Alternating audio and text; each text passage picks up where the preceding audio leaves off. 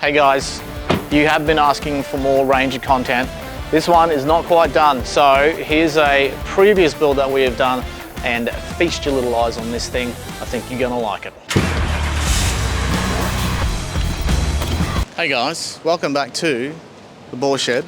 Today, we've got a Ford Ranger, next generation. Let's start at the front. All right, anyways, we've gone with the ARB bar work on this one at the request of our customer. As you can see, our BAW covers on the Road Vision S9, so the Stealth Series 9-inch lights on the front. Very, very good spotlight. I've got a set of these on my Cruiser. I like them a lot. All right, moving on up a bit, GME XRS Connect with the 2.1 dBi antenna on it. We do have this in a kit though, so you can have the short whip and the long whip. Let's move around to the driver's side. This is the V-Spec. Now, V-Spec on the new Ranger is where it's at the moment. And then moving on around, as you can see, we've got next-gen Clearview. Clearview worked in conjunction with Ford a fair bit to make sure that these were obviously going to be a good thing and work with the vehicle. Because there's actually a lot going on in these mirrors, lights, cameras. There's a temp sensor on the other side, on the passenger side, blind spot monitoring, electric up and down, folding, all those sorts of things. So there's a lot that's gone into them. Clearview has nailed that. You can get them in the next gens like this, or you can do them in the compacts as well. And, you know, the all-round goodness of Clearview that we've come to know and love over the years. On the top, we do have a Rhino Rack roof rack. Now, that's definitely a fancy design because Rhino Rack has done a pretty darn good job of how the system mounts. So in the roof, there is genuine holes already there, ready to go. And what you need to do is drop the hood lining to gain access to that, and then the Rhino Rack system goes onto it. So, not for the faint-hearted. Eclipse awning on this side, so we've gone the 180. The guys wanted to go the 180 due to the canopy. They didn't want to put it on the rear of the vehicle. They just wanted it on this side, so that way they'll get the full 180 degree on the passenger side of the vehicle. That's going to allow them to have nice coverage, and then basically use the canopy on this side as a bit of a in and out as they need to. So, all right, here we are at the bum end, and what we've got on the top, Maxline Adventure canopy. So these are fairly new, and I just put one on our D-Max. New favorite canopy. Very cool little button selection here, and you've got electric opening windows. Look at that, nice big opening on the side as well, and on the rear. As you can see, you do have an override on the other side, so don't freak out that your battery goes flat or something like that.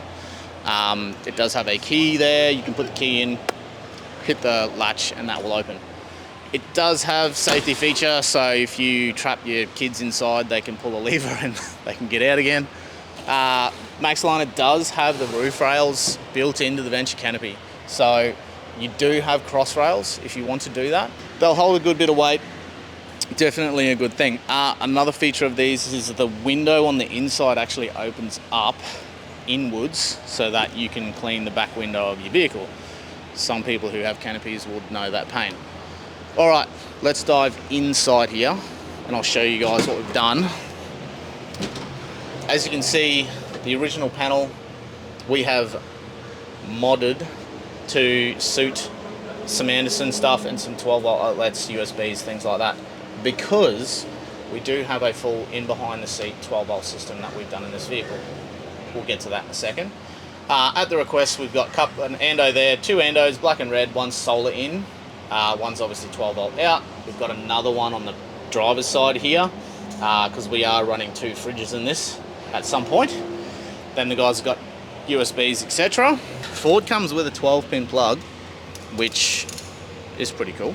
And then you have got your Safety Dave line here for your cameras. So we did throw a Safety Dave in the request of our customer because they do have the van, as I mentioned before.